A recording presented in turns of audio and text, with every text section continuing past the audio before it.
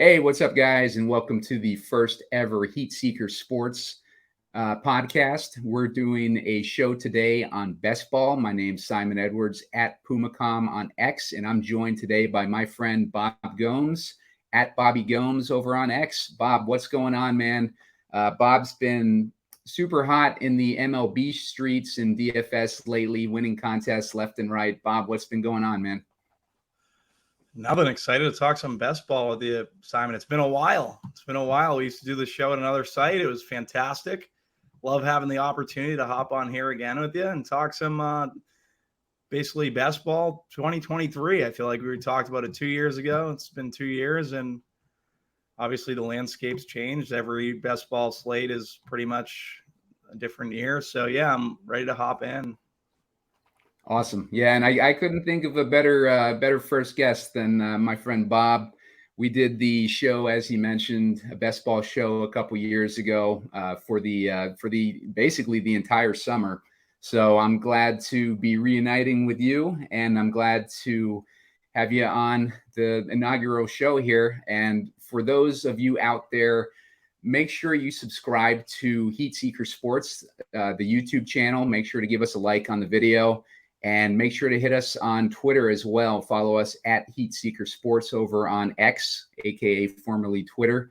And if you are a person out there who wants a voice in the DFS industry, or maybe you're a tout that's been around for a while and you feel like you haven't really gotten that opportunity to be at the forefront of like these shows or advice that you're giving, reach out to me on X. I'm going to open up my DMs. We're going to be looking for people pretty soon to launch this full launch. We're doing a very light launch right now, soft launch. So would be happy to hear from anybody who's interested in having a voice in this industry, or established voices who are looking for better opportunities. So besides that, today we're going to be going over the Underdog contest for best ball. Best Ball Mania is $15 million this season, Bob, with $3 million at the top. What is your thinking on what this means for the best ball industry? It's getting pretty huge, man, when we're seeing $15 million contests. Yeah, I love what Underdog's doing, right? Like, they're pretty much changing the landscape of DFS, best ball, however you want to cut it. They're changing a game format and they've been successful in changing a format that was really difficult to. I think a lot of sites have tried to pretty much make DFS different. Well, it's through rainmakers or just different formats of games within fantasy within the fantasy landscape. And I think Underdog's currently doing the best job of that. I think they have the best product. The 3 million up top's just super enticing. Trying to max it out myself, it's been rough. I talked to you earlier prior to the show, like between DFS, home stuff, and everything else, like getting all these Underdog drafts has been. I think I have 93 currently, but I'm hoping to get the 150 done. Yeah, I actually haven't done any Best Ball Mania drafts yet. I've been focused mainly on the puppy, trying to get entries into that. And before the Best Ball Mania came out, there was a few contests that I was entering on Underdog. But yeah, it's crazy to see how big it's gotten. I just remember when Draft was launched, several years back, and they got bought by FanDuel, and I thought, like that it was going to be a big launch by FanDuel into best ball. But when they, never launched Draft, I was depressed, man. I didn't think we'd have that same opportunity to do all these best ball drafts, because it was a great platform back then. And the guys who were involved in Draft launched Underdog, and like they've been doing really well. And I agree with you, Bob. I think they've done the best job as far as coming out with innovating games, and like best ball is definitely an addictive game, and we have a lot of fun doing it. Yeah, definitely. It's definitely good time killer during the summer. Yeah. So I figured before we launch into a draft, we could cover a little bit of the off-season moves that have been happening in the best ball streets, or NFL streets in general. And one of those is topics that I want to cover is the coaching changes that have happened throughout the offseason. We can kind of just briefly touch on some of these coaching changes, but the Patriots I want to cover first. They hired Bill O'Brien as their OC. Obviously, a huge upgrade over what they had last year. They had defensive coordinators running the offense, and it just ended up being a disaster. Like the guy, I can't remember the name, the OC that they had last year. The guy was kind of kind of dopey when he was the head coach of the Lions. So everybody was kind of surprised that he was brought into the back into the Patriots as the OC. He was a DC before for them. But Bob, what's your opinion on the upgrade, I would call it, at OC for the Patriots? And you're a Patriots fan, aren't you? Yeah, I'm a Pats fan. So they went from Matt Patricia, who was pretty much a defensive coordinator, head coach of the Lions. They gave him the offensive coordinator job. And now we're back to a former Patriots offensive coordinator, Bill O'Brien, actually a Mass native. I don't mind the move. I think it's definitely better for the offense. What I will say is the coaching change that I think affects this team the most is the loss of their offensive line coach, Dante Scarnecchia. And this team has no offensive line. So whatever you want to do on the offensive side of the football, it's basically predicated on the O-line. And if you don't have an O-line that's can currently stand up and basically get the offense going or get your plays, give your quarterback time to make plays, it's hard to implement an offense and be consistent. So for me, even though the add of Bill O'Brien is something that a lot of people are going to grade higher on their scale, I'm fine with it. I have not been drafting Ramondre Stevenson a ton. I feel like he's someone a lot of people are going to peg as a running back that's going to break out. But when you see the issues with this offensive line, it's very scary. And taking that ownership into account, for me, it's just been an easy fade in this best ball season.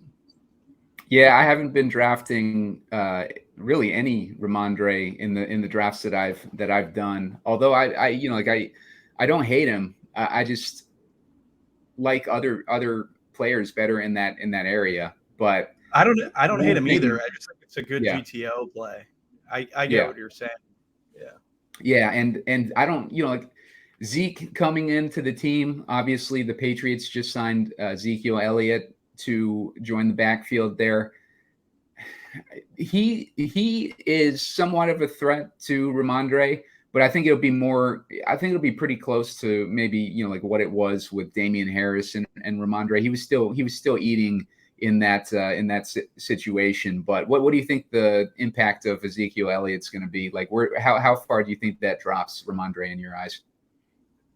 It'll help in pass protection, but like I said, I wasn't on Ramondre to begin with, so neither of these running backs for me are guys that I'd be super heavy on. I'm not really interested in this offense outside of a late round flyer on Gesicki. I liked Tyquan Thornton earlier in the year just because of the speed upside. He fits the athletic profile you're looking for in fantasy football, right? He's a home run hitter. But he just hasn't cut it in training camp. Like the reports out of camp I have way too much Thornton than I'd like currently. But yeah, he hasn't cut it. So, and their receiving core is just like atrocious. Devontae Parker, him, Juju. It's not great. There's nothing there that like the boot kid, I feel like out of LSU is probably the one with the most upside currently, or that's what the beats have kind of been on. But like I said, like this passing game with this O-line, there's a lot of skepticism for me. So their Patriots offense isn't one I'm targeting too much. Yeah, disappointed to hear that because I was with you on Thornton. Like, because he's going so late, you can get him in the 18th round. So, like, I was making sure to accumulate a decent amount of him in hopes that he's one of those year 2 breakout candidates. Kind of reminds me of DJ Chark. Like when DJ Chark, like a few years during his second year, he was going in the 18th round. I was drafting a bunch of him, but.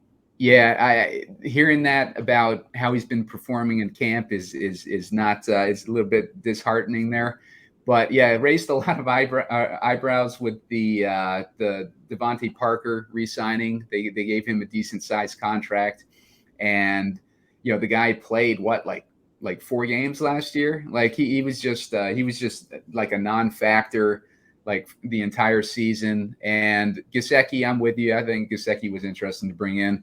And I always liked him in Miami. So maybe we'll see the Patriots use him more in the type of role that he's supposed to be used in. He didn't really fit in with the Miami offense last year with the changes that happened to it. So Gesicki was let go this year. So we'll see what happens there.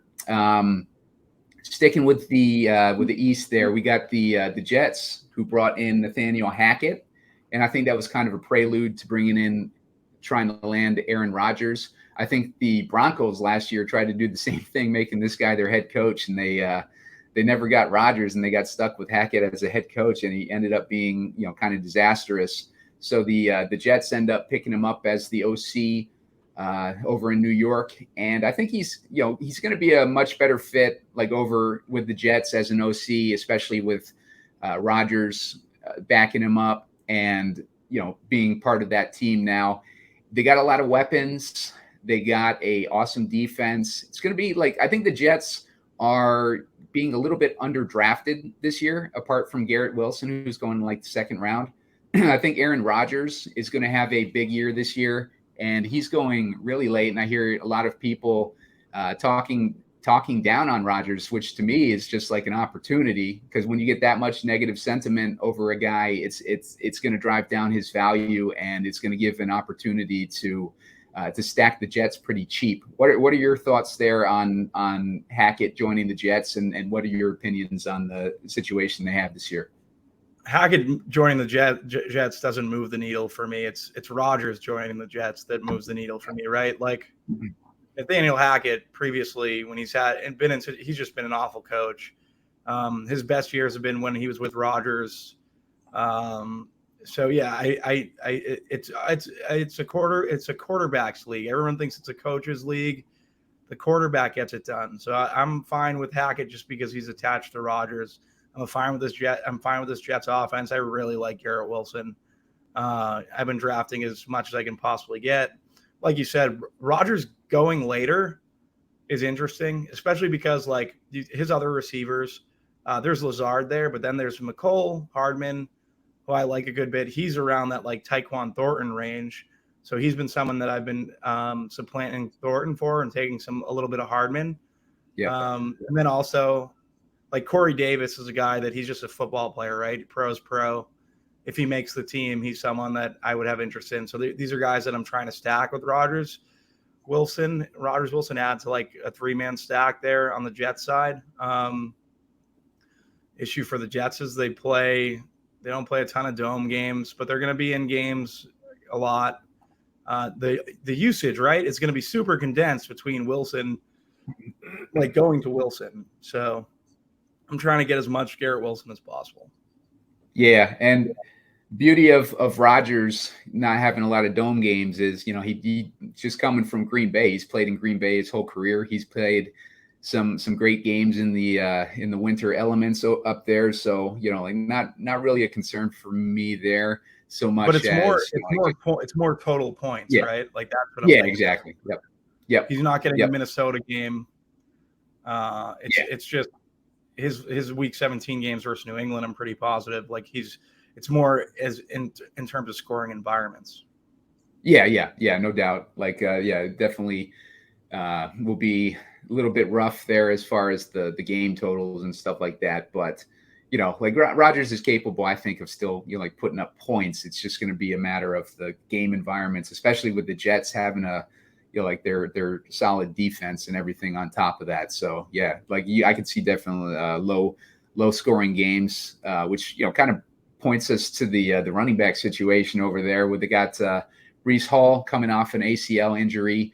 Usually when you see guys come off the ACL injury, it takes them like a half a season or a whole season to get back on track. On top of that, they brought in Dalvin Cook, who I think makes a bigger impact on Breece Hall than Ezekiel Elliott does on Ramondre. So what do you thinking there on the running backs in that situation, knowing that the defense is a strong defense. Like they have a solid offense. It could be like an Eagles situation last year where they run up the score in the first half. If that's possible, they got a ton of offensive weapons, and then just kind of like run out the second half of games. What are your thoughts on the backfield there?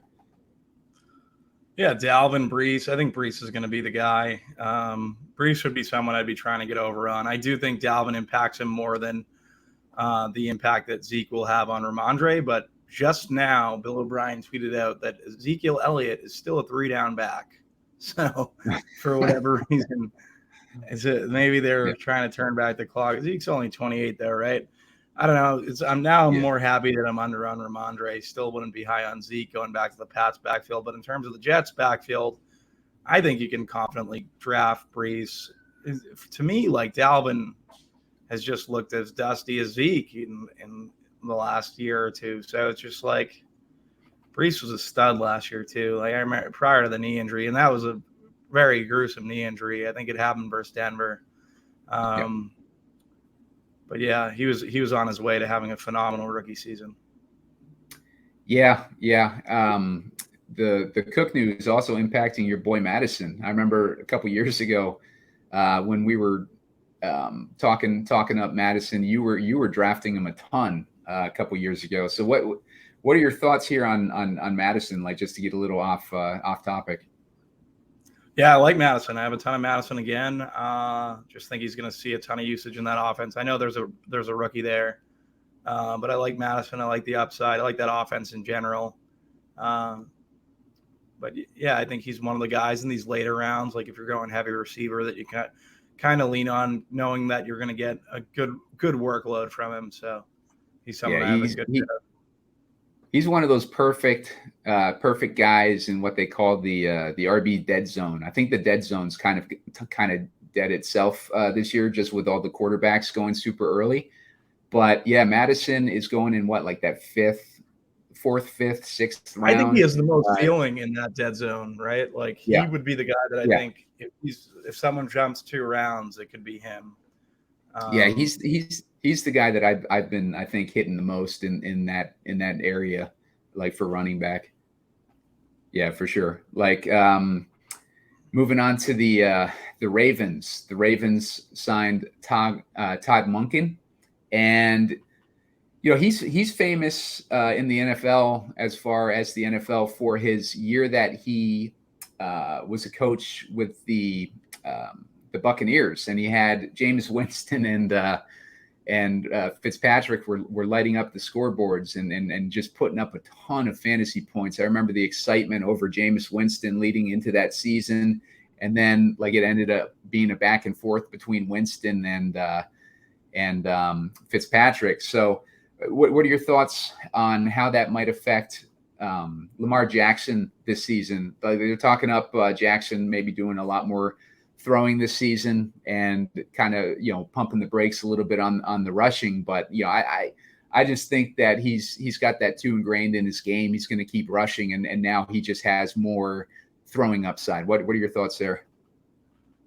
Yeah, I love the Ravens. I love the Ravens offense. I feel like it's pretty much the chalk or a chalky offense, but I want a running QB.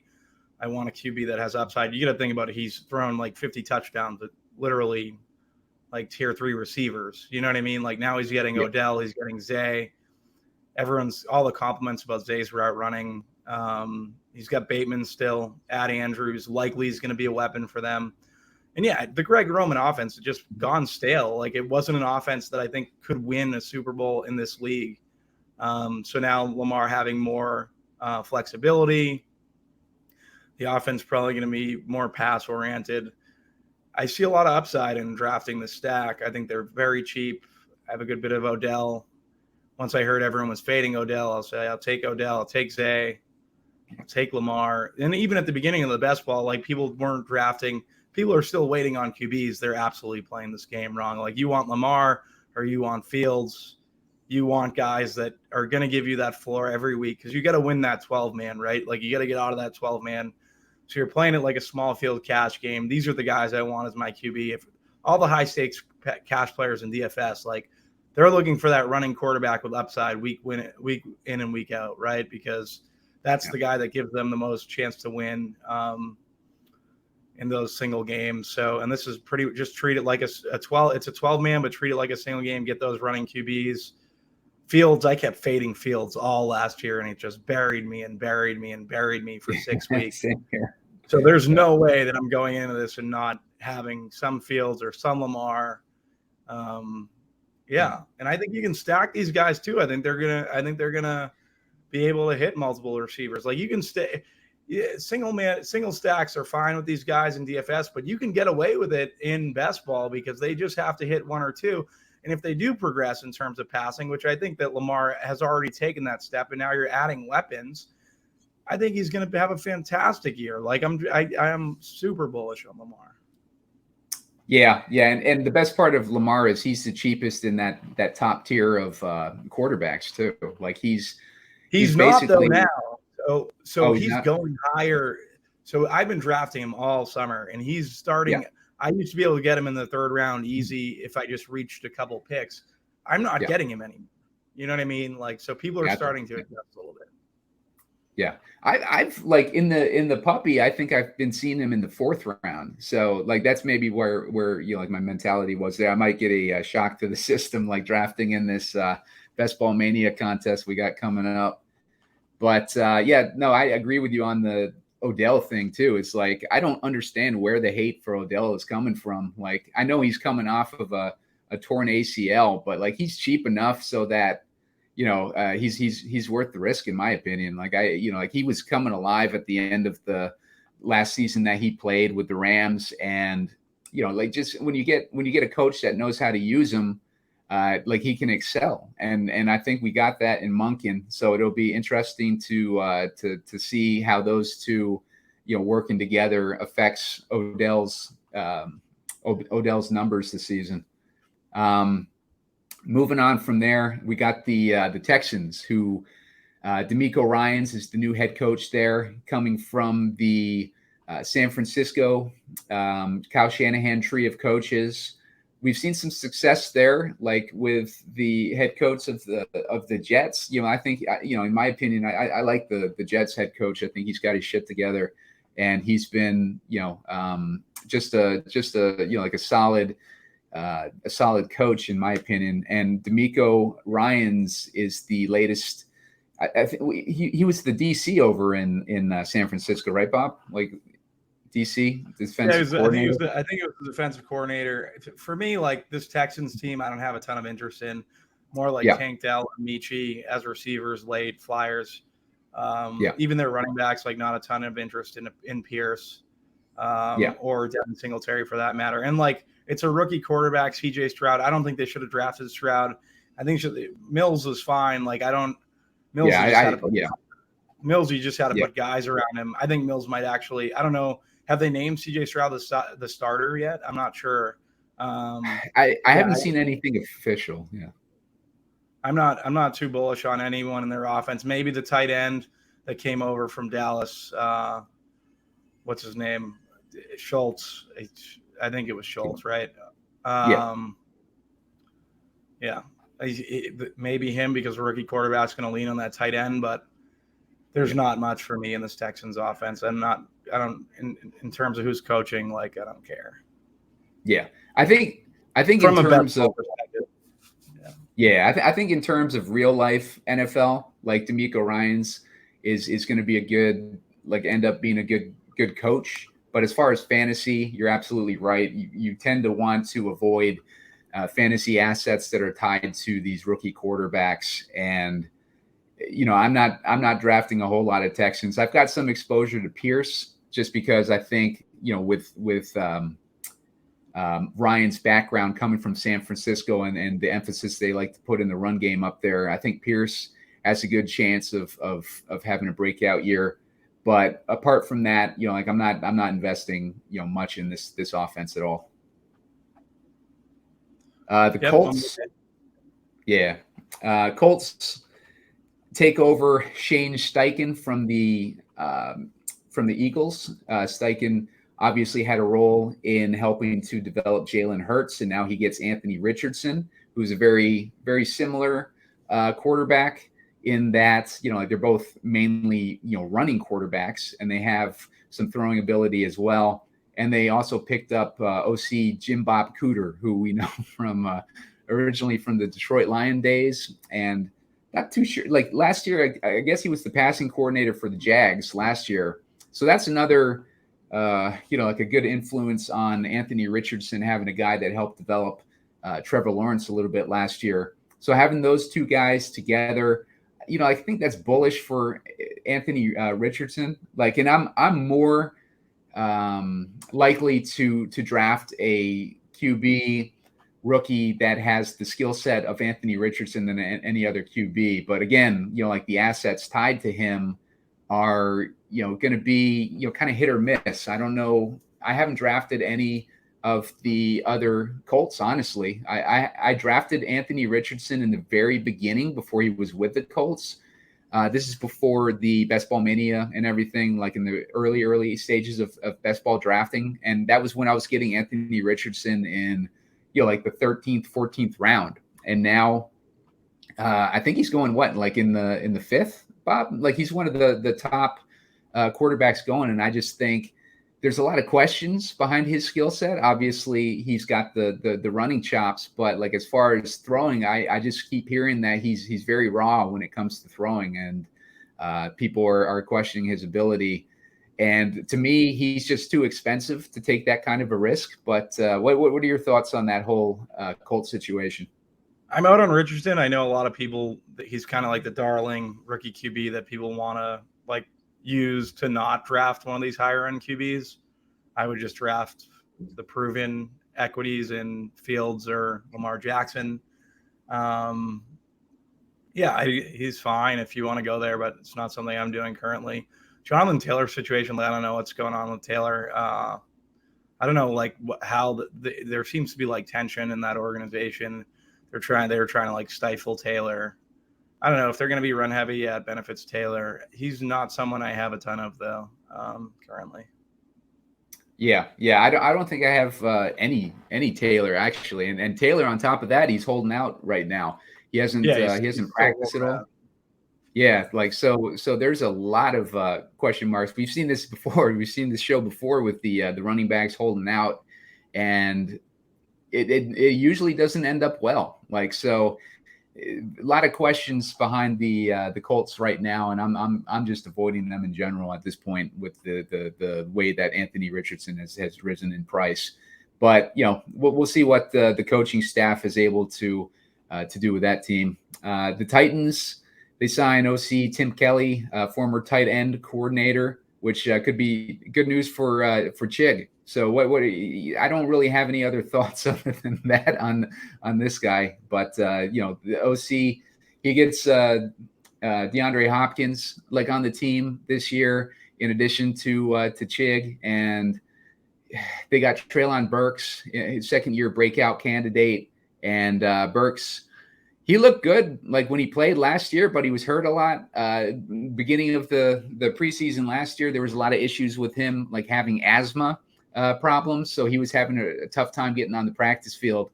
And then when he started playing, he got hurt pretty frequently last year, and he didn't have the monster like rookie season that you would have hoped for, but he showed enough flashes to make him a potential year 2 breakout candidate to raise his price in ADP. I think he's probably going in like the 7th, 8th round right now. Bob, what are your thoughts on this Titans offense this year? What do you think? Is anything worth investing in?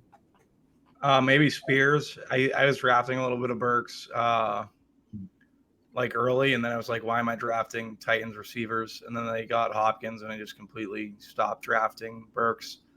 Tajay Spears, the backup for Derrick Henry. I think he would be the only guy I'd have some interest in. A lot of tread on Henry Stars. Yeah. I've been fading Henry. Like I've been fading him the last couple years. He just gets more and more carries every year, it seems, and it just sets him up to his body to break down. And we saw that last year, and I think we saw that a little bit the prior year too. So yeah, he's a guy that I've been avoiding. He's going probably at the end of the second round, beginning of the third round this year.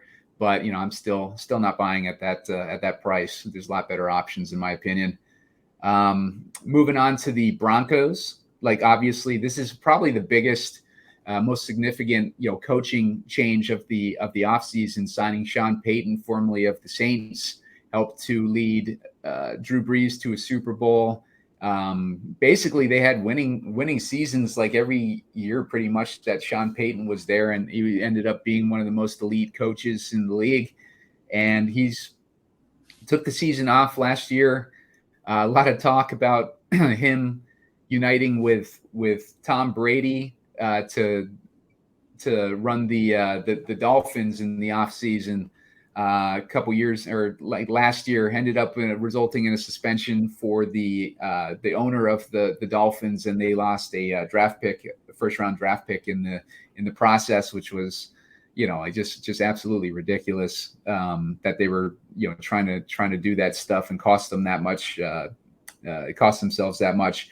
But we see Sean Payton uniting with Russell Wilson, who I think is good for Russell Wilson. I think he'll keep his ego in check, and I think he'll be able to help Wilson's game.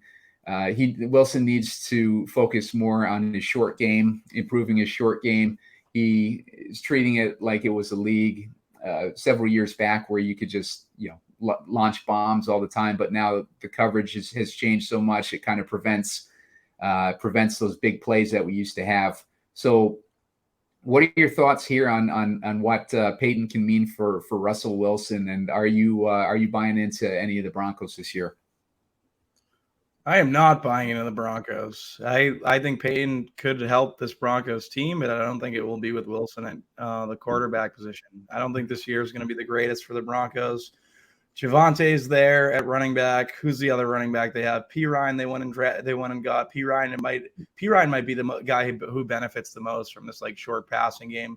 But then again, like you said, like Russell Wilson has to be willing to implement this game type, and maybe it's a physical issue with Wilson, right? Like maybe he just can't throw over the lineman for whatever reason. Like I don't know. I don't see myself getting to a ton of this Broncos offense. I know people like Sutton it for a comeback here. I know people like Judy. But yeah, I just don't believe in Russ. I want to draft guys or weapons that I believe in the quarterbacks they're attached to. So not going to be on this Broncos team. Yeah, I remember a couple years ago when we were doing our shows, Eckler was going at the back end of the second round. And when we found out that Joe Lombardi had signed with the Chargers, I called that he would be a top five running back that year, and he ended up being, I think, the number 2 running back that season. And a big part of the reason why I was thinking that way was because Joe Lombardi was joining the team and going to be running their offense. And Joe Lombardi is famous for helping to develop Alvin Kamara back when him and Sean Payton were coaches for the Saints. And so I really like Joe Lombardi for Javonte Williams this year. I think that he's going to have a big impact on Javonte Williams. I think Williams could be really cheap right now, and I'm trying to get some exposure to him, even though he's coming off of a pretty serious knee damage last year. But I just think that the way that these guys like to coach and like to develop their team, I just think that the running back is going to be a position that's going to benefit this season. Like Bob said, they have P. Ryan now, who could also benefit. But I'm kind of putting my money on Javonte Williams. He's like I said, like cheap enough this season, especially with all those quarterbacks, like the drafts being so top heavy with these quarterbacks. I think that you're getting a little bit of value there with Javonte. He's a good hero RB candidate, I think. And yeah, I'm just trying to get exposure to him. We've seen it. Kamara, Eckler, both those guys had monster seasons with him in the past, and I just think that is a good sign for Javonte. Yeah, it's a good footnote. I didn't know that, so maybe I'm going to have to kick up my Javonte Williams shares. Yeah. Moving on, we got the Chiefs. Obviously, Eric Bieniemy left them to join the lateral move to the Washington Redskins, and the Chiefs get back Matt Nagy, who was I believe he was the head coach for the Bears for a couple years, and now he's back to being the OC for the Chiefs. A lot of good, I guess, shower narrative between Nagy and Mahomes. Nagy played a big role in Mahomes' tryouts for the Chiefs, and Nagy was pushing pretty hard to sign Mahomes, putting him over pretty hard, and they ended up obviously signing Mahomes. But Nagy had a big role in that. He is reunited with Mahomes now, has the OC. I don't think any OC is really going to affect the upside of Mahomes. Like he's obviously one of the best QBs in the league, if not the best. What are your thoughts here on how this coaching change might affect the team? I will say one thing before that. Apart from Tyreek Hill, who was already with the Chiefs, and Travis Kelce, who obviously was established before Patrick Mahomes joined the team, not to the level he is now, but like those are the really two guys that I've seen Mahomes elevate, like in the passing game. We've seen a bunch of guys come and go, and nobody's really been elevated by Mahomes at QB apart from Tyreek and Travis Kelce. So what do you think of the Chiefs passing game this season, and how do you think Matt Nagy might affect it? Yeah, so I don't think it's going to be either way. Like if it's good or if it's slightly bad, it's still going to be Andy Reid and Mahomes that are basically going to be the guys that are going to make this thing run at the end. I have confidence in them. So Nagy, I don't really worry about. I think the Chiefs will be fine. I do worry about like they're implementing some new receivers or receivers that are relatively green in this offense. So adding in an offensive new OC, like maybe there could be some hiccups, but I think that they'll be the Chiefs by the end of the year. So I don't think that there's too much to worry about. Yeah. Chargers, they get rid of Joe Lombardi. They bring in Kellen Moore, who obviously was huge for Dallas's offense, like one of the top offenses, like every year that Kellen Moore was the OC over there. And one of the criticisms of Joe Lombardi and how he affected the Chargers was that he was kind of preventing Justin Herbert from launching it downfield. And now we replace Lombardi with Kellen Moore, a guy who's more known for as Mike McCarthy said, like lighting up the scoreboard. So I really like this move for the Chargers. I think it's going to be probably one of the more significant coaching changes of the offseason. And I'm loving the Chargers this year. Not so much Eckler, because I think Eckler might be negatively impacted by this coaching change, but I really like the passing game for the Chargers apart from Eckler's involvement in the passing game. But what are your thoughts here on this coaching move, Bob? Yeah, pretty much same as you. Like I think it helps Mike Williams, it helps Quentin Johnson, it helps Keenan Allen, obviously, who's had some very nice highlights out of training camp that I've seen on Twitter recently. Jordan Palmer, I think. So, like, just thinking about this offense in general, Keenan Allen's not going to stay healthy. Mike Williams is not going to stay healthy. So I do like Quentin Johnson. I think he's someone that you can get to. I like Palmer late. I think Palmer is still going to be a stud. A lot of teams would love to have Palmer as a fourth receiver. I'm with you on Eckler. Like, I think this hurts Eckler a little bit, but definitely boosts the passing game, boosts Herbert. I like the Chargers too.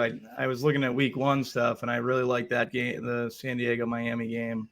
I know it's a side note from best ball, but yeah, I definitely don't mind this Chargers passing offense. Yeah, I'm with you on that week 1 game. Like, I'm not sure what time it's played, but like that would make a excellent showdown candidate if you're into showdown shootouts. It's a 4:00 game. It's 4 o'clock. It's 1 o'clock. Yeah. Gotcha. Okay. So moving on to the Panthers, we got Frank Wright joins the Panthers along with a new OC.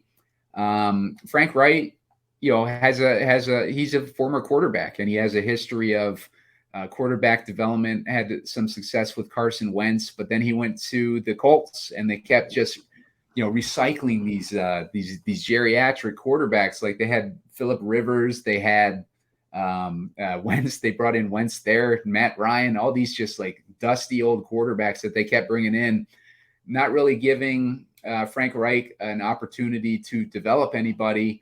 And then the one rookie quarterback that he had to develop was probably like a fourth, fifth round Ellinger. I can't remember what his name was, but last year when they decided to put him in as the starter over Ryan. But yeah, so I think it was kind of a missed opportunity for Reich over on the Colts. He's known for his leadership abilities, and as we were talking about, he had that history of developing Carson Wentz in the past. With the situation over here with the Panthers, they got like a young rookie quarterback this season, Bryce Young. They traded up to take him first overall pick. I don't hate the move there. Bryce Young, there's been a lot of good comments on him and his intelligence and ability. And I think if any quarterbacks are going to have a fantasy presentable rookie season, it would be Bryce Young. But apart from Anthony Richardson, obviously. But I'm not going to be investing in too much of these Panthers. What are your thoughts there, Bob? Same, yeah. I think Frank Reich's great for Bryce Young. I think Bryce Young is going to be a very good QB in this league for a long time. But this isn't a team that I'm targeting in terms of best ball. Maybe Miles Sanders. I think there's definitely upside with Sanders in that running back dead zone. I think it's going to be a different role for him. He's going to see more carries. He has injury concerns, but like in the spot where you're drafting him, there's concerns with everyone, right? So, I don't mind him, and that would pretty much be it. Maybe DJ Chark late, but as a fill-in wideout, but yeah, not a ton from this team. Yeah, I've been seeing a lot of guys picking Chuba Hubbard too as their sneaky backup, handcuff to Miles Sanders. But I'm more along with you on Sanders, having some potential this year. Cowboys get rid of Kellen Moore and they bring in Brian Schottenheimer, who, like Mike McCarthy, it's been well established, is going to run the offense this year. I think that's going to be a disaster for the Cowboys. I think any hopes that they had of winning the division, not going to happen this year. And they will be lucky if they come in third place, like with Mike McCarthy running the offense. So not sure how that's gonna play out. But Bob, what's your thoughts here on like the disaster happening in Dallas this year? Yeah, I hate everything Dallas. If you want to stack this Week 17 game with Detroit, because a lot of those Detroit pieces are pretty popular, you want to run it back, getting CD or Tony Pollard early if you're drafting late in the first round. But I'm not getting any Dak. I have zero interest. I don't really have a ton of interest in his receivers. Pollard probably be the only one I would have interest in. Yeah. But yeah, not a ton from Dallas for me. Yeah. Yeah, I'm with you on those thoughts. Pollard, the only interesting piece in that offense. CeeDee Lamb, like to an extent, I just think he's a little too expensive. If you get him like towards the end of the second round somehow, like then I think he's a lot more interesting. But yeah, I just think that they're gonna put like way more emphasis on running the game, running the ball, and like Mike McCarthy taking over the offense to me is like along the lines of what we saw with the Patriots last year. So I don't have any confidence in him, even though he ran the offense for the Packers years back, but that was mainly obviously Rodgers that was leading to the success over there. So with the Rams, they bring in offensive coordinator Mike LaFleur. He's coming from the Shanahan tree, and he was the OC for the Jets last year. Obviously, they didn't do much last year in terms of offense. Zach Wilson being the primary quarterback last year. So, not really a fair, way judge him, I guess, last year, other than, maybe he wasn't very good at developing or getting much out of Zach Wilson.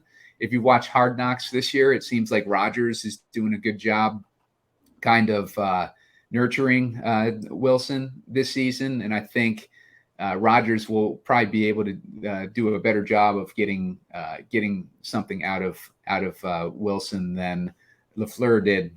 But the Rams just in general are a disaster. I'm not investing in much of them at all. Maybe some Cam Akers, who was starting to come alive at the end of last season, coming off of that Achilles tear.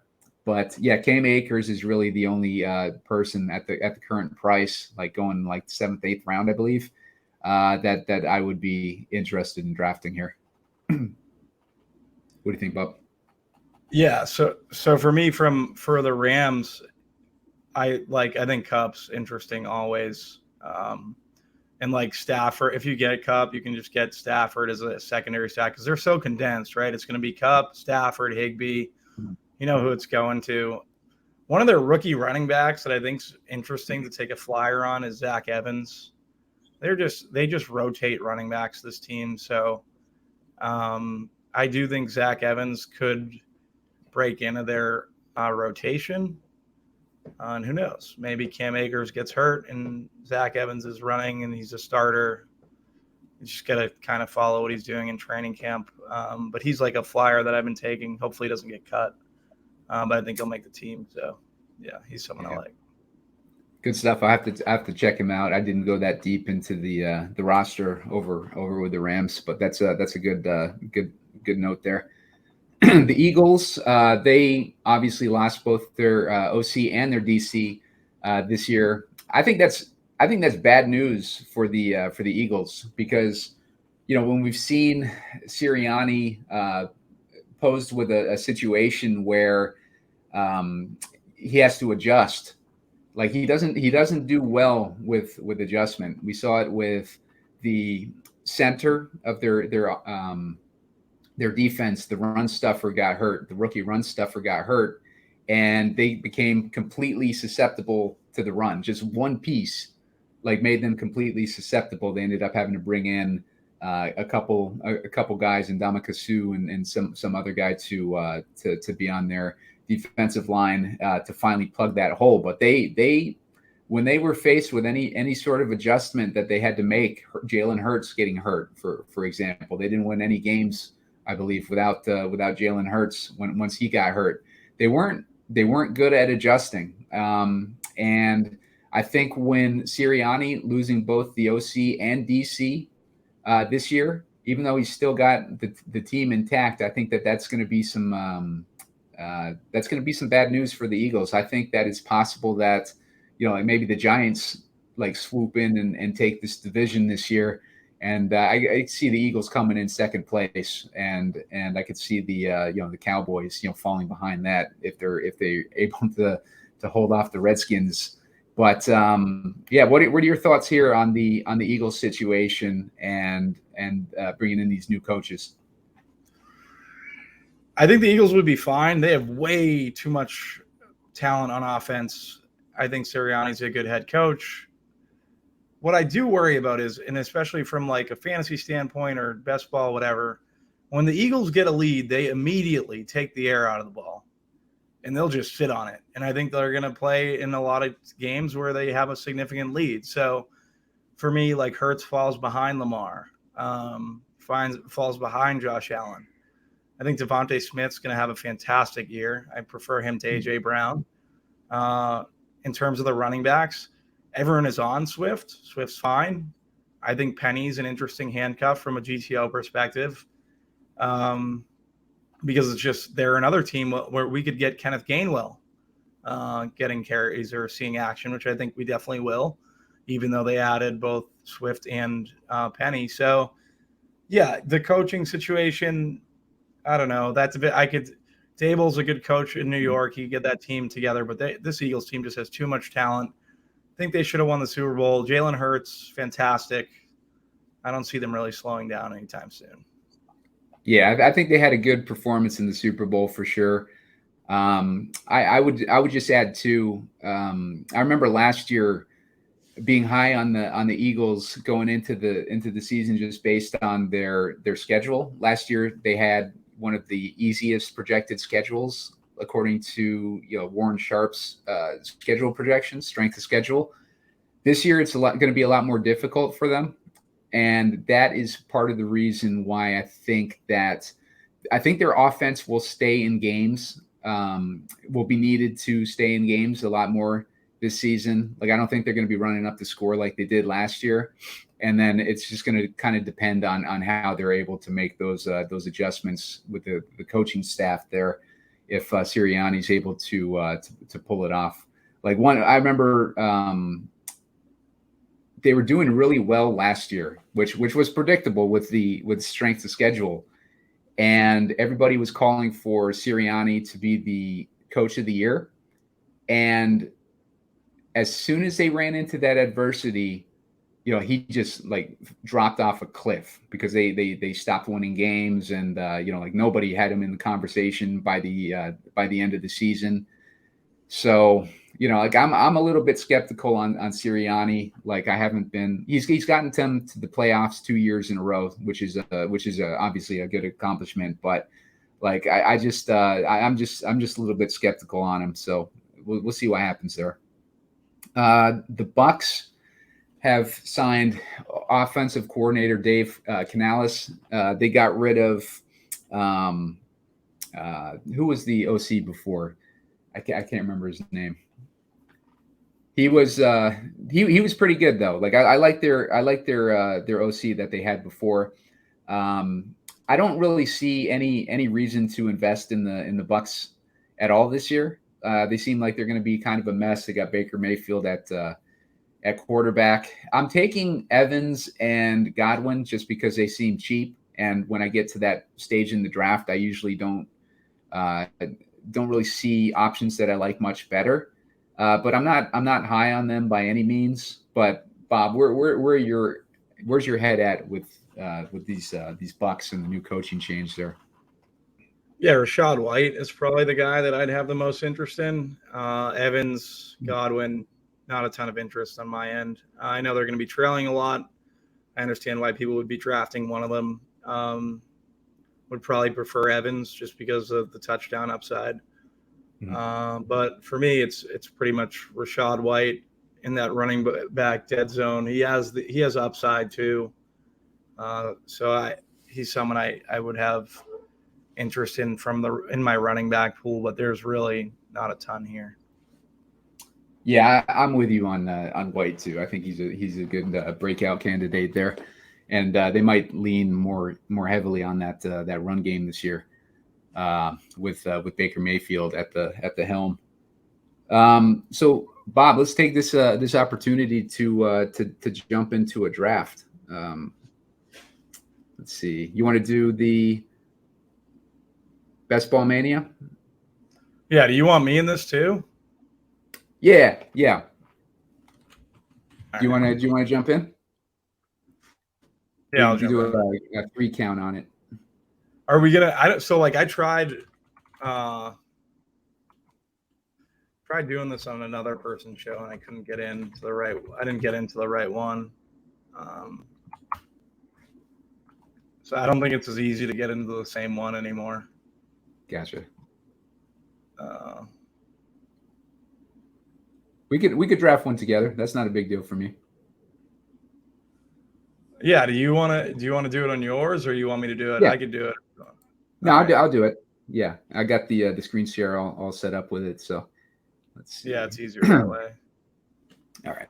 Oh, there's 10 more to start. So if you want like 8, 7. Is it Best Ball Mania? Yep. 7 more to start. 5. All right, let me see. 4. I'm 4 too. Yeah, so I'm in there.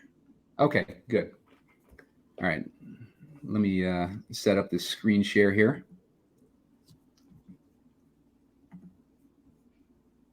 Go to our active drafts here. All right. So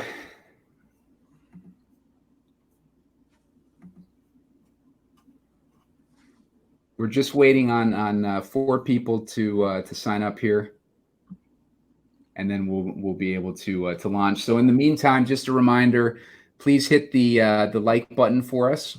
Hit the like button and subscribe to this YouTube channel. Going to be putting out a bunch of free NFL content throughout the off season, mainly focusing on showdown stuff. So if you are having trouble finding some decent showdown content, you're going to want to follow this YouTube channel, the Heat Seeker Sports YouTube channel, and definitely be sure to follow Bob over at Roto-Grinders. Bob, can you run over what you're going to be doing for the NFL season over at Roto-Grinders again? Yeah, I'm pretty sure I'm on Grinders Live. I don't know if it's been finalized, but I think I'm on it. And then we're doing a tournament take show, which is me and Kirk Dees. I think Kirk Dees is also on Grinders Live. So, yeah, it's just going to be Sunday's Grinders Live and a tournament take show. Then I have like some written responsibilities. Very cool. What kind of written are you doing? Are you doing articles? Are you doing like contributions? Just like cores and like CVR and consensus value rankings and expert survey, I think. Yeah. Well, for those that are unfamiliar with Bob's history, he is the OG Millie Maker winner. He won the first one, right? Like first one for DraftKings. Yeah, it wasn't the first. It was like the 7th. It was the most like televised. They did like the commercial spiel that they got in trouble for, and it was all centered kind of around that win. Yeah, we're going white background here, Simon. Do what? No dark mode here.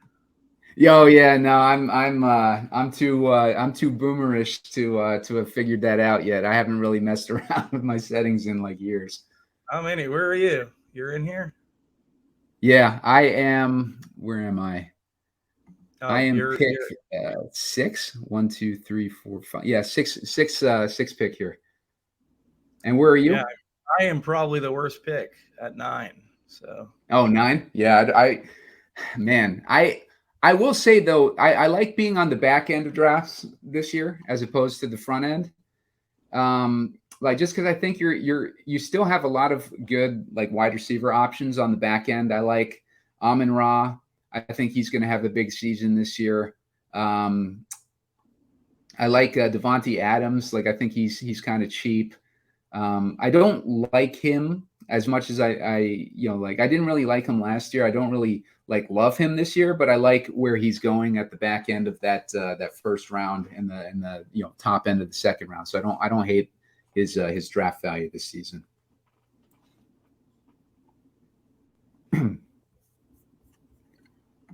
All right, so we got guys flying off the board. Justin Jefferson, pick 1 overall. Christian McCaffrey, Jamar Chase. If you haven't drafted yet this season, it's been kind of a weird situation with best ball drafting. We've been seeing the quarterbacks drafted in the second and third rounds, those running quarterbacks and those main quarterbacks, and we've been seeing the running backs getting pushed further and further down the draft boards, which has kind of put an end to the dead zone, as we mentioned earlier. And it's been giving you great opportunities for these hero RB builds that we like to do because those hero RBs are being pushed further and further back. You can get them in the 5th and 6th rounds now. So it's my turn. I'm sitting here looking at Austin Eckler, Travis Kelce, Stephon Diggs. I'm gonna go with Kelce here. Previously, I've been drafting a lot of Diggs in that same situation, but I kind of want to up my exposure to Kelce. This is my only best ball mania draft so far. So yeah, it'll start off with Kelce exposure. Someone just took my pick. I'm on Raw, and then now I'm left with Diggs, Bijan. This is why I hate the 9th pick. I'm gonna go Garrett Wilson, shake it up a little bit. I know it's early, but yeah. That's a smart move, I think, just because it differentiates.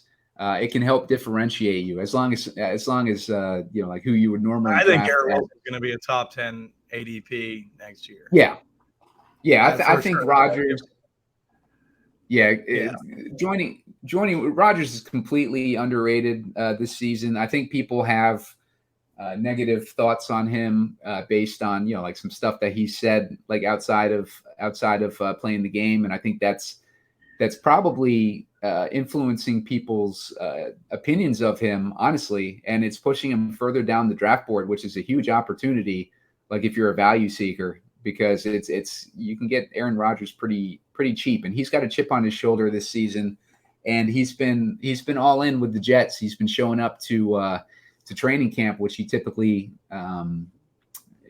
shows up late to training camp and everything, but he's been all in this season, so it'll be interesting to see what happens with him and the Jets this season.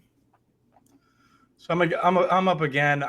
So CD, we talked about like not really loving Dallas' offense. I don't really love the Vegas offense. Pollard not interested in. I'm gonna go Jalen Waddle.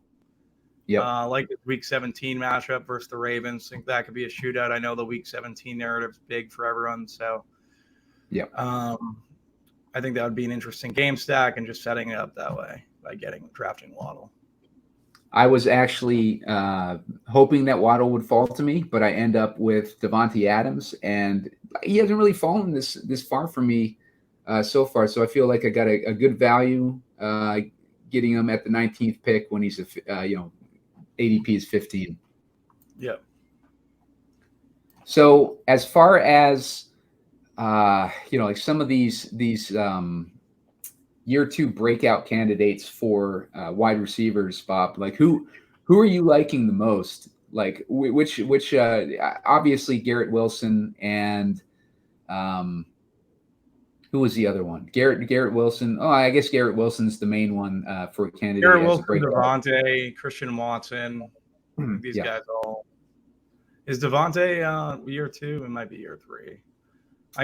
For me, it's I don't know. Christian Watson's up there with Wilson. Smith is a year 3. Yeah. Yeah, Smith is year 3. Who else? I like hitting me off the top of the head. Yeah, no worries. Like the list of names that I have here, I'll just read you this list of names, and you tell me which ones you like best. These guys are all, apart from Wilson, going like mid, late round. We got Sky Moore, we got Christian Watson. Christian Watson's actually going pretty early. I think he's too expensive for me. Treylon Burks, George Pickens, Jahan Dotson, Jameson Williams, Drake London, and Tyquan Thornton were the names that I had written down as those potential breakout candidates. We already covered Tyquan, and Bob's not so high on him, especially as a Patriots fan. That's kind of I'm high on him, but I feel like now I shouldn't be. I have too much at this point. Gotcha. About 4 weeks ago, I realized I needed to stop drafting Tyquan Thornton. It was a little bit too late because I had a good bit of them already. All right, I'm up here.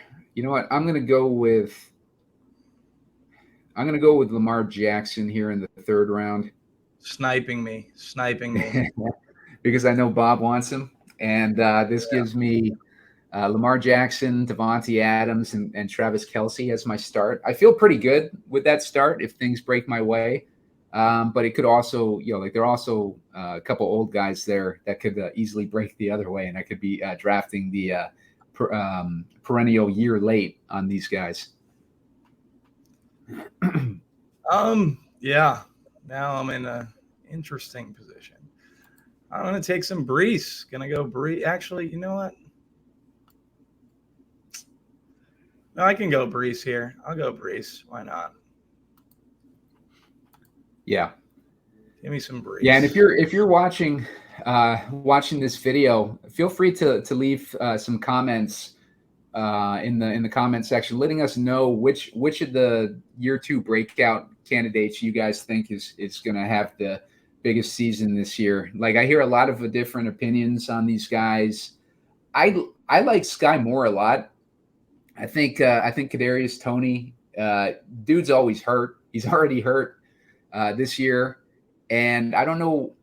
I keep drafting him, but I never feel good about drafting him because I kind of know the result before the season even starts. and it just, he's just very frustrating to own in fantasy. What are your thoughts there on Kadarius Toney and the Sky Moore situation? I haven't been drafting a ton of either, to be perfectly honest. Yeah. But yeah, it's a lot of question marks with Tony's health, and then Sky Moore as a receiver. I feel like he's going to take a step forward just because they're going to need him to. But I don't Yeah. know how much he's not like my favorite. Justin Fields is the guy I'm picking here, reaching a little bit. I like to get my guys though, so I'm going to take Fields. Yep. Get that upside at the rushing with the legs at the QB position, and we'll see how this continues. I like my start. Here's that situation we were talking about earlier. I'm sitting here looking at DeAndre Hopkins. Like I'm going to be drafting him. I don't like like being in this mid round, like the middle of the draft for drafting these guys. DeAndre, not excited about him or the Tennessee offense. Christian Kirk, was the other consideration for me there. But, Christian Kirk, he's got more target competition this season with Calvin Ridley joining the team. And Calvin Ridley, he's obviously been a stud in the past. So Christian Kirk, I think, is going to have a good season. But, he just – past 2 years, he hasn't cracked 200 fantasy points, and last year was a big year for him. So I just don't see a ton of upside there. I think DeAndre Hopkins could potentially have more upside. Last time we saw him play a full season healthy, he was tearing it up. So, maybe there's opportunity. He's a hard worker. And there might be opportunity, but I do question the upside just like I did Christian Kirk. I just like Hopkins a little bit better. Yeah, I think I prefer Hopkins too. And I didn't like any of the running backs in that area too, like Najee Harris. I don't hate Najee Harris, but I just see Jaylen Warren as a legitimate threat. Harris was hurt leading into the season last year, so he's playing banged up all last year. But he got a ton of touches regardless, and these guys getting all these touches, like it doesn't do well for a running back. He had 272 attempts, and he had 41 receptions, so 300 plus touches last year. I think 300 to 400 is the red flag zone for running backs. But what are your thoughts on Harris? Damian, who is it? Najee? Yeah, Najee Harris. Yeah, zero interest in Najee Harris. I'd never draft him. I don't think he's very talented. Yeah. So I'm out on Harris. Yeah, one thing too with these running backs, a lot of people overlook the age wall. I'm going to take Kenneth Walker here. I'm going to go with my first running back. I like the value on Kenneth Walker in the 5th. I think he's one of the guys that kind of getting talked down this year. Yeah, I took Madison right after you. So, yeah, like Madison, like the upside. I think it's a pretty good ceiling. Yeah. So, yeah, with these running backs, one thing that doesn't get talked about enough is the age 27 season, and that's where a lot of these guys start to drop off in production. Yeah, there have been debates on whether it's significant or not. I kind of tend to use it as a way to avoid certain running backs. We got a lot of running backs kind of hitting that age this year. We got C, we got Eckler, we got Derrick Henry, and we got Nick Chubb, who are all pushing 27 and beyond. So what are your thoughts there, Bobby? I'm going to run down and grab a drink real quick. I'll be right back. All right. Yeah. So for me, I don't know, at the 20 set, just age limit. I guess it makes a good bit of sense. I'm up right now with my pick. I am confused. I'm going off the board a little bit here, I think. Well, you know what? me get some Dobbins. Draft some Dobbins. I'm going to go J.K. Dobbins. Handcuff Simon a little bit. I know he went Lamar Jackson, so I'm going to get Dobbins at the goal line. I think Dobbins in for a pretty good year. And then basically what he was saying with the running back cliff at that age, I think it's well documented, so I don't mind like staying away from guys that are hitting that point. It's just a matter of your comfortability with rostering them. And yeah, I don't know. That's how what I'm basically thinking about. So just going over my roster, Justin Fields, I currently haven't stacked him with anyone. Breece Hall, Alexander Madison, J.K. Dobbins, Garrett Wilson, Jalen Waddle for my receivers. Went a little bit earlier at the running back position than I have been. Usually in the Dobbins slot, I've been going down to like a Quentin Johnson, Zay Flowers, getting these guys early that I like ahead of guys with ceiling and upside that can stretch a defense rather than the proven commodities, just because like if one of these guys has a really big rookie year, it could be beneficial and they're going to outperform their draft slot. So I don't mind jumping up early or a couple of picks early. I just like to get my guys. Like, I don't care what ADP. I use it as a barometer. I understand like the ins and outs of it and why it's important. But for me, I'm going to get my guys. So the guys on my team are going to be the guys that I want. I don't play best ball like the majority of people. Like I will have a core that I'm playing throughout my 150. I'm very, very highly exposed to a certain group of guys, and that's how I play it. I don't spread it around. I don't think that's like the best way to go about it, even though that seems like the way everyone kind of talks about going about it. It's not for me. I'd rather just know who my guys are and then build teams around those guys. And if guys come into my pool organically, then they hit my pool organically.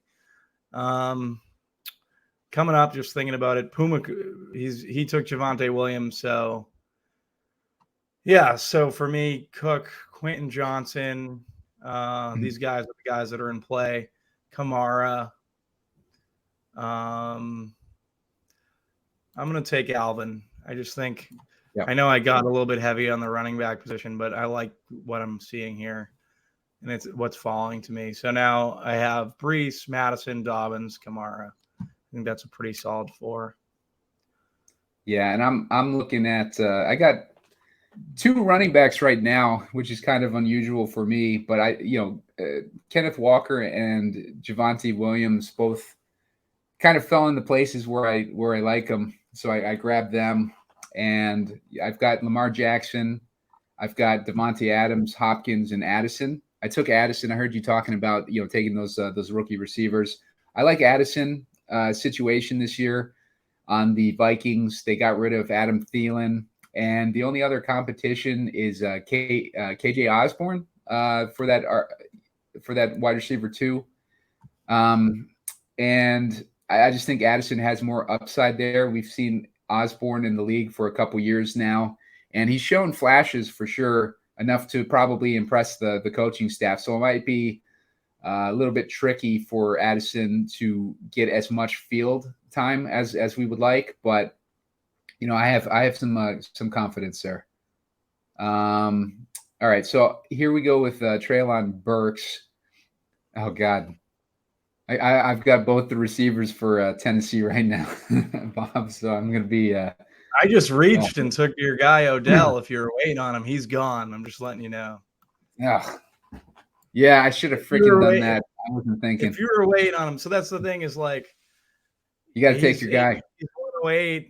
Yeah, you got to make sure you're getting that stack. So he's at 108. Yeah. My pick was going to be 105. My pick prior to that's 88. So I knew I wasn't going to get him at 105, and I wanted him, so I took him at 88, which is obviously ahead of ADP. But like I explained when Simon was away, I take my guys. I take the guys I want.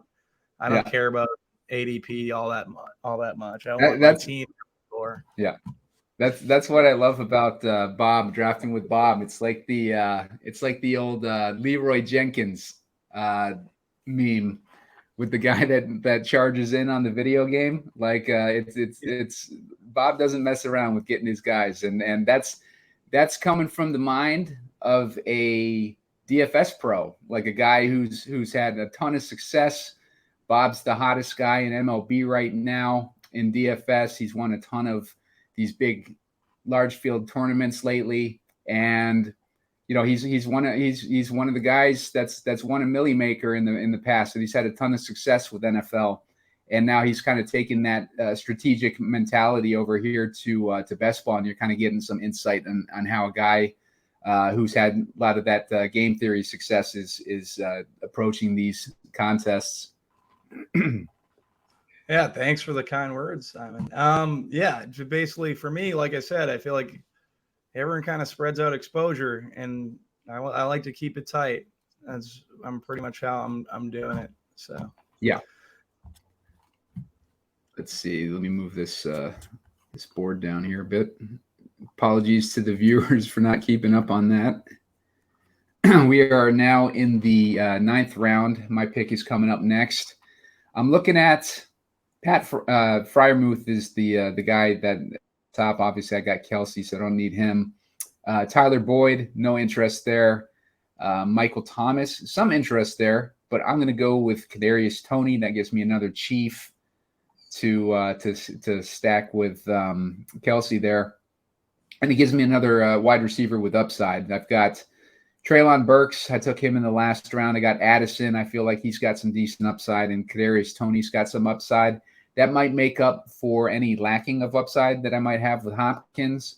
I think Devontae Adams, it was going back and forth between him and Josh Jacobs last year, as like one of those dudes would put up 20 plus DFS points each week.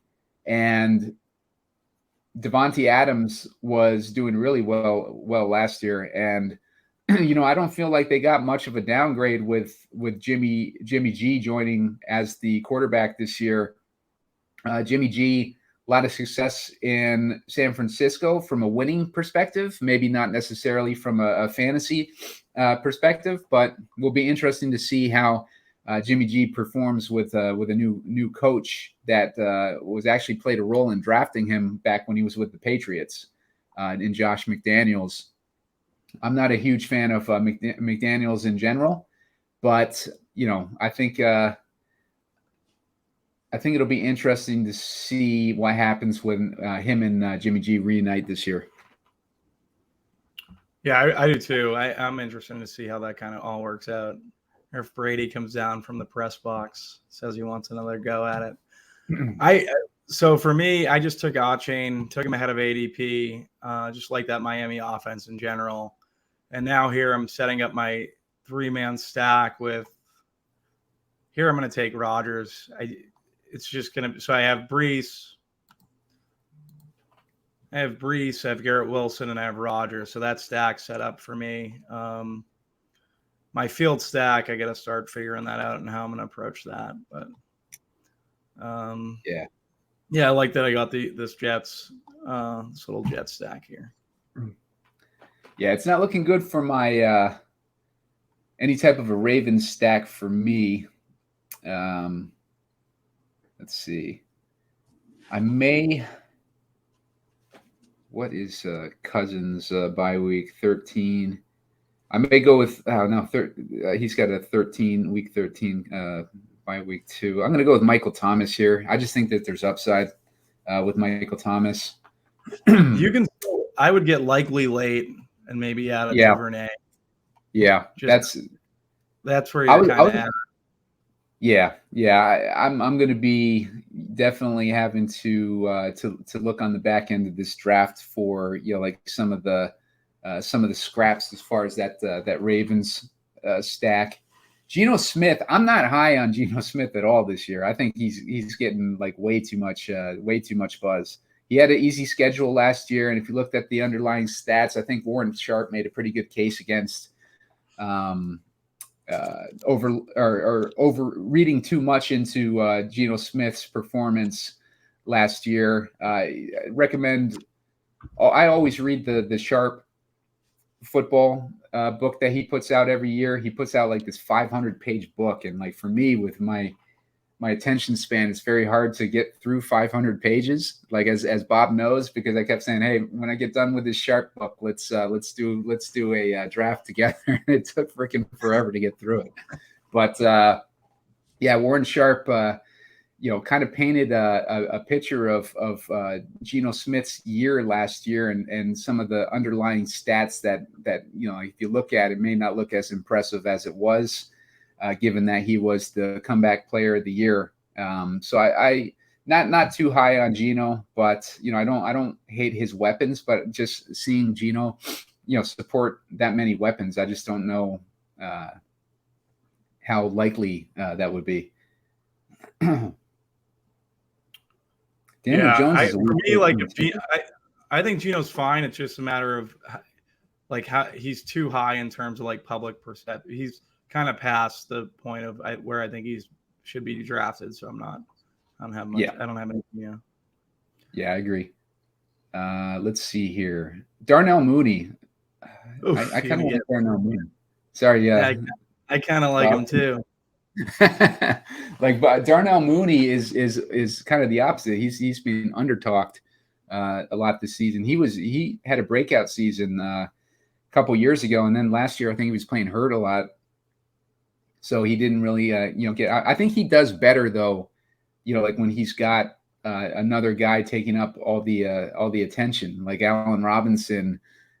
When he was getting more attention, it kind of opened up Darnell Mooney to have that big season. And then last year when Robinson was gone, it didn't really. You got me really good with that Mooney pick. You got me really, really good with that Mooney pick.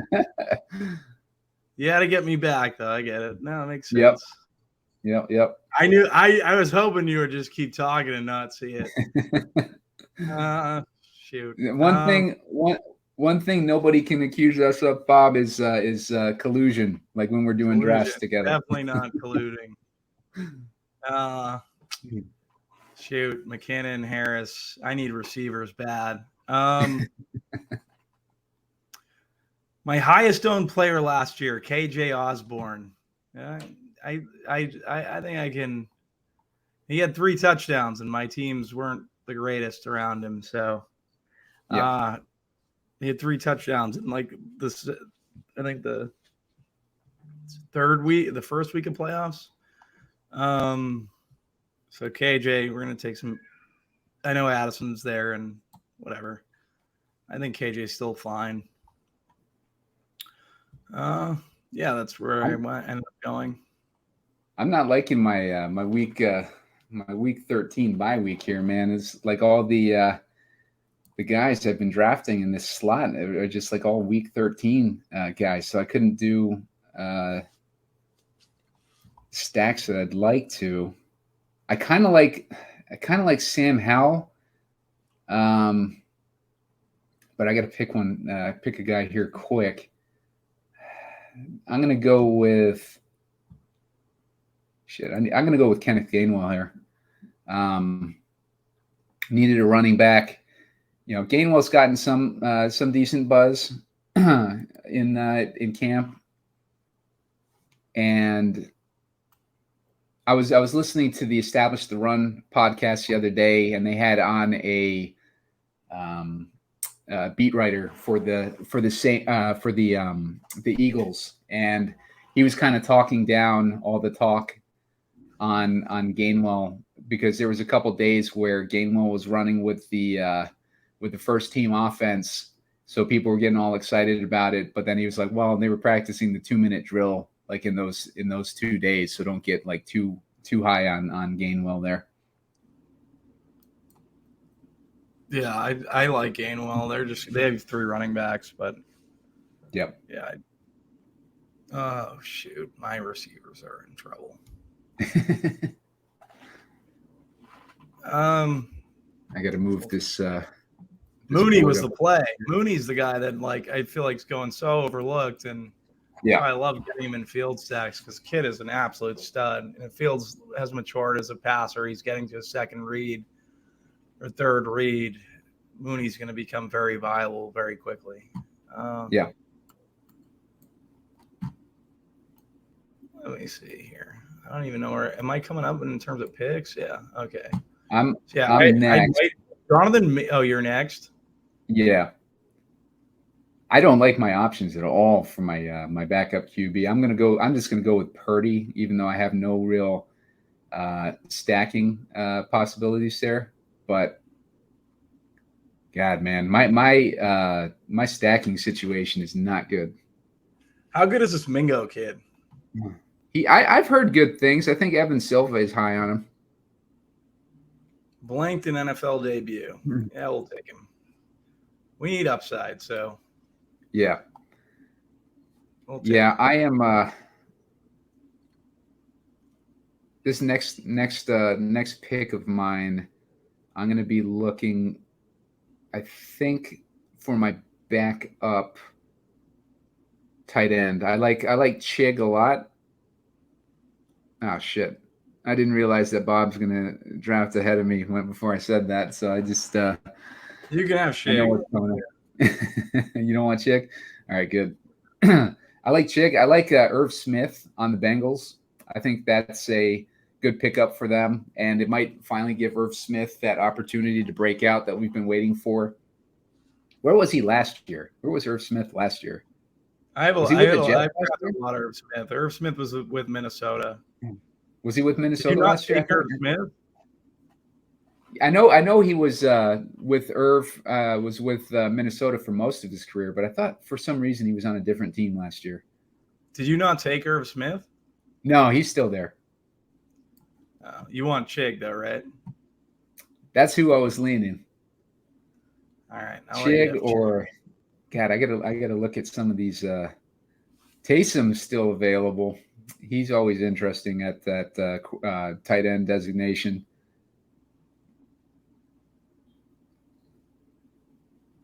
Yeah, we got like one thing this year that I've noticed, especially this late into the drafting season, is that there's a ton of options in the back end. You know, like I don't feel like I'm struggling at all, like to draft guys in the back end. And usually the last few rounds is a huge like headache, like just trying to like think of names to draft. But I feel like there's plenty of options this year. You're not gonna like me right now.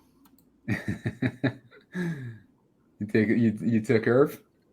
Yeah. Oh, and somebody already got Chig, huh? Yeah, someone did Chig. That's I need a tight end. No, I hear you. I had someone else in mind, anyways. Oh, so you threw the little fake out. Yep. I'm gonna draft Deontay Foreman here. He's been getting like basically the RB2 work for Chicago. From what I understand, they have a rookie too, Roshan Johnson. I don't know if I've read much about him doing well in camp. I know there was a lot of hype on him. He had a big run in that original. Did he? He's a big boy. Yep. He's with Chicago, right? I'm not mixing my rookies up, am I? No, Roshan Johnson's with Chicago. Yeah. Yeah. So Deontay Foreman, like the dude is just consistent. Like he's just consistently produced when he's had the opportunity. Like even though everybody thinks that like he's going to kind of fall off a cliff with that Achilles injury that he had, but he's one of those few guys that had that injury that's been able to kind of overcome it. Peoples-Jones was a guy that I was looking at. He just got drafted. Was that you that drafted him? No, that was flat is static. So yeah, right now I am looking mainly. I got my eyes on a wide receiver. There is a interesting running back and tight end. There's a couple interesting running backs here. You got a few interesting wide receivers. Just a lot of options right now. Oh, I see who I'm going to get my backup tight end. That's an easy game. Let's see if Bob can guess it and snipe me. No, I'm not going to snipe you. Okay, so coming up on me, Rashid Shaheed is a guy that I'm hoping falls to me. He's a guy that was lighting it up towards the end of last year for the Saints. You just sniped He me. What happened? You're about Were to you going to snipe go me. for Shaheed? Yeah, you can take him. Okay. Yeah, no, I was going to take him. You bet. He's Yeah, my take. favorite on the board right now. I like Khalil Shakir, but I've heard that he hasn't been too impressive in camp this year. But he's a guy that I was drafting a lot early on. I will take Shakir.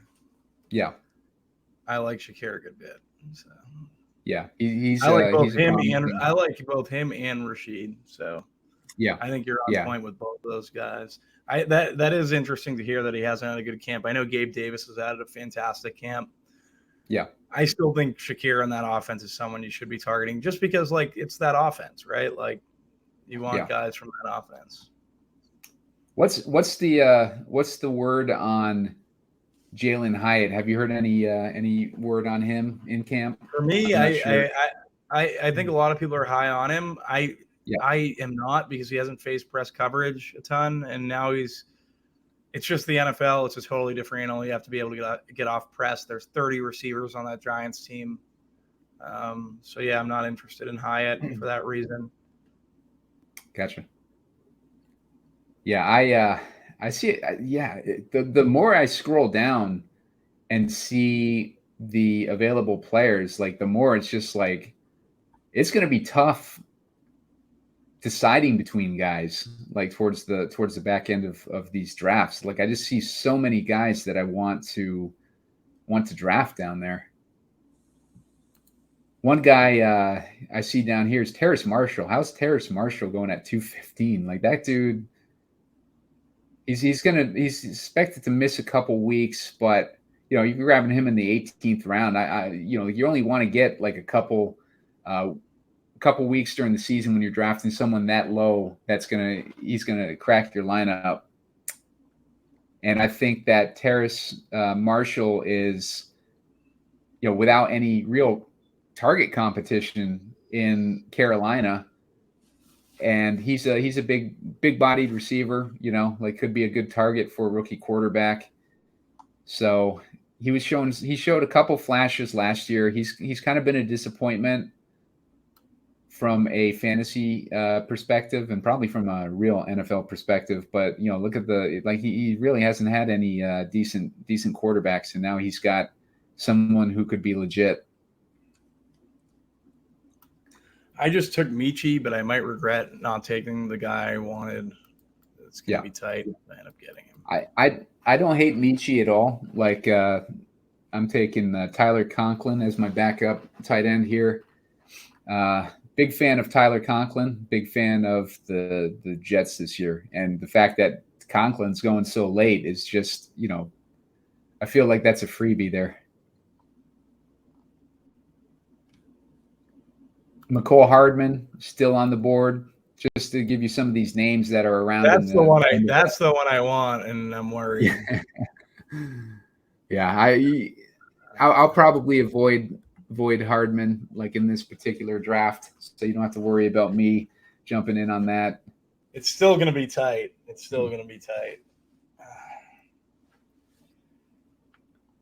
see. Looking for running backs right now. Kind of scrolling down, I like names that I see that are still available in the 17th round is Ty Chandler, Chase Brown on Cincinnati. I don't know what the Cincinnati running back situation is shaping up as right now. I think Chase Brown's a very good pick. Yeah, because I think Chase Brown could see more work. The guys. The guys that Chris Evans and whatnot, like that they've had in the past, like have just underperformed.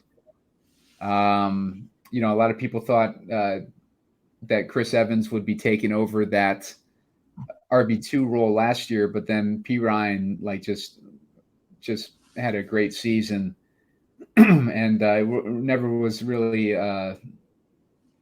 in fear of losing that position. So. Chris Evans really didn't like push him either. So, the guy's been a kind of a disappointment. But yeah, I would not be surprised to see a guy that they drafted this year in Chase Brown coming in and kind of passing him. Although, it doesn't look like he did very well in the preseason game. But let's see. Looking at Fournette is there. It's my turn to pick. I'm trying to figure out who the hell I want to draft here. Oh, Travion Williams is the other guy too.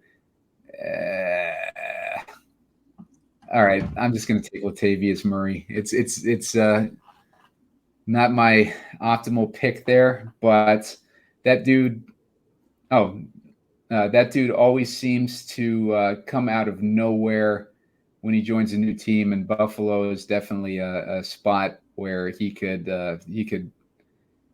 have an unexpected year, let's say. Yeah, I got Hardman. I wanted Hardman. Now I have 3 Jets: Rodgers, Brees, Garrett Wilson, Hardman. Probably more bullish on the Jets than the field. I just think the stack's cheap. Now I'm hoping for – you should be looking at Likely. Yeah.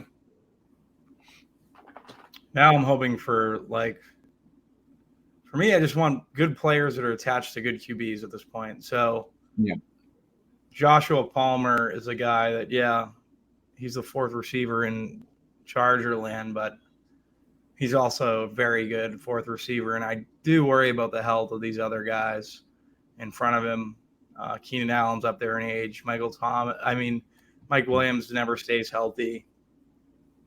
So I think he could be a good filler weak receiver, and I think he's talented. So just got an alert that Jadeveon Clowney is signing with the Ravens. Yeah. Yep. Richie James on the Chiefs, I think, is the guy that's going a little bit overlooked because he's a guy. He's like one of those dudes like that the Chiefs that nobody's thinking of, and he ends up having an unexpectedly productive season. Like he was guy. Yeah. He was producing. You were going to take him too? Yeah, he was producing. I thought about it afterwards, but yeah, he got swiped ahead of me. Gotcha. He was producing pretty good for the Giants last season. I think he's good. I can see him fitting that. Remember Pringle? Him being like that Pringle type in that offense. Yeah. Pringle was your boy a couple years ago. I remember you drafting a lot of him. Yeah, and he did. He played all right. So I'm in a situation. I got to choose between a third QB or a third tight end, but based on like what we've been talking about, I'm just going to go with that third tight end, even though he shares. Oh no, he doesn't. I was thinking him and Kelsey had the same bye week. That's good. Okay, so that's. I mean, my team is full now, so I can't do anything else. My quarterbacks, Lamar Jackson and Brock Purdy. Really weak on my stacks. The only stack I have is Lamar Jackson and Isaiah Likely. For running backs, I have Kenneth Walker, Javonte Williams, Kenneth Gainwell, Deontay Foreman, and Latavius Murray. For wide receivers, I ended up with Devontae Adams, DeAndre Hopkins, Jordan Addison, Treylon Burks, Kadarius Toney, Michael Thomas, Darnell Mooney, and Rashid Shaheed. I'm pretty happy with my receivers there. And tight end, I ended up with Kelsey, Conklin, and Likely, who I like my tight ends there too. Not too disappointed in my running backs, and then I feel my quarterbacks are strong. So I feel that's a pretty decent draft. Bob, who'd you end up with?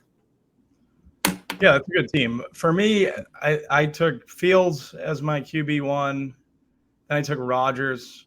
My running backs, I think, are probably my strongest. I have Brees, Madison, Dobbins, Kamara, and then Achane. I just think it's a good, a lot of good ceiling there. And guys that I think are in pretty good offenses. I think receivers probably my weakest. Wilson, Waddle, Beckham, KJ Osborne, Mingo, Shakir, Michi, Hardman, and Joshua Palmer. Tight ends, I have Komet finishing the field stack, and then Irv Smith as my backup. My stack was Rodgers, Brees Hall, Garrett Wilson, McCole Hardman, and then with the fields, it was just Komet. But yeah, I like this team. Yeah, solid drafts all around. Again, the site is Heat Seeker Sports. That is going to be launching at some point next year, but in the meantime, we have a YouTube page and we have Twitter to follow and everything, and we'll be putting up videos for NFL throughout the season, mainly focused on Showdown. So as I mentioned before, if you like Showdown contests and you are lacking in Showdown content that's free, make sure to subscribe to this YouTube channel. I'll be doing shows throughout the season. Yeah, I've had some decent success. I've won a few of the like the big tournaments for. I remember you had a couple of nice little wins in the Showdown streets. Yeah, yep. Last year, I won 1 week in DraftKings. I won a few different like large field GPPs that week, and prior seasons, like I've won, one week I won like back to back the FanDuel one. That was a couple years ago. So I've had some decent success with Showdown, but Showdown's been my favorite game to play for sure. Apart from playoff best ball is definitely the favorite. Have to get Bob. I have to get you on. Join me maybe on one of these Showdown shows or the playoff best ball when that comes around. But in the meantime, make sure to follow him at Bobby Gomes and be sure to check out all his content on Roto Grinders, and follow me on X at Pumacom, and make sure to reach out to me if you are in the DFS community and you're looking to break into content creation, because we're going to be looking for content creators very soon here. So make sure to reach out to me, DM me in X. I'll have my DMs open, and we will definitely consider all people who have a solid background in DFS, like have some good wins under their belt and are looking to break into it. And that goes for people who do projections too. If you do projections, maybe you focus more on data, reach out to me. I'll be talking to anybody who reaches out to me. So we'll be good to get that going. And in the meantime, again, thanks for joining me, Bob. And until next time, I will see you guys later, and be sure to check out Bob's NFL content this season. Yeah, thanks for having me, Simon. Great show.